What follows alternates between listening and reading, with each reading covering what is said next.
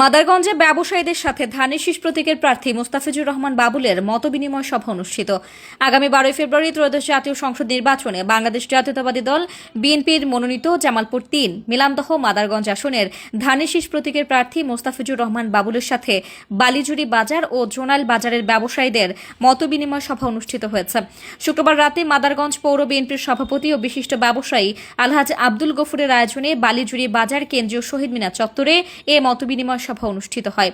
শুরুতেই বালিজুরি বাজার ও জোনাল বাজারের ব্যবসায়ীরা তাদের বিভিন্ন সমস্যা ও দাবি দাওয়া তুলে ধরেন। বালিজুরি বাজারের সাবেক ব্যবসায়ী গোলাম মোহাম্মদের সভাপতিত্বে এতে প্রধান অতিথির বক্তব্য রাখেন জামালপুর ৩ মিলামদহ মাদারগঞ্জ আসনের ধানের শীষ প্রতীকের প্রার্থী মোস্তাফিজুর রহমান বাবুল।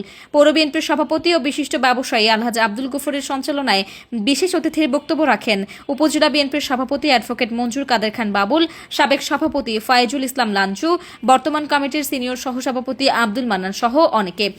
আলোচনা সভায় প্রধান অতিথি মোস্তাফিজুর রহমান বাবুল ব্যবসায়ীদের বিভিন্ন সমস্যা ও দাবি দাওয়া বাস্তবায়নের আশ্বাস দেন।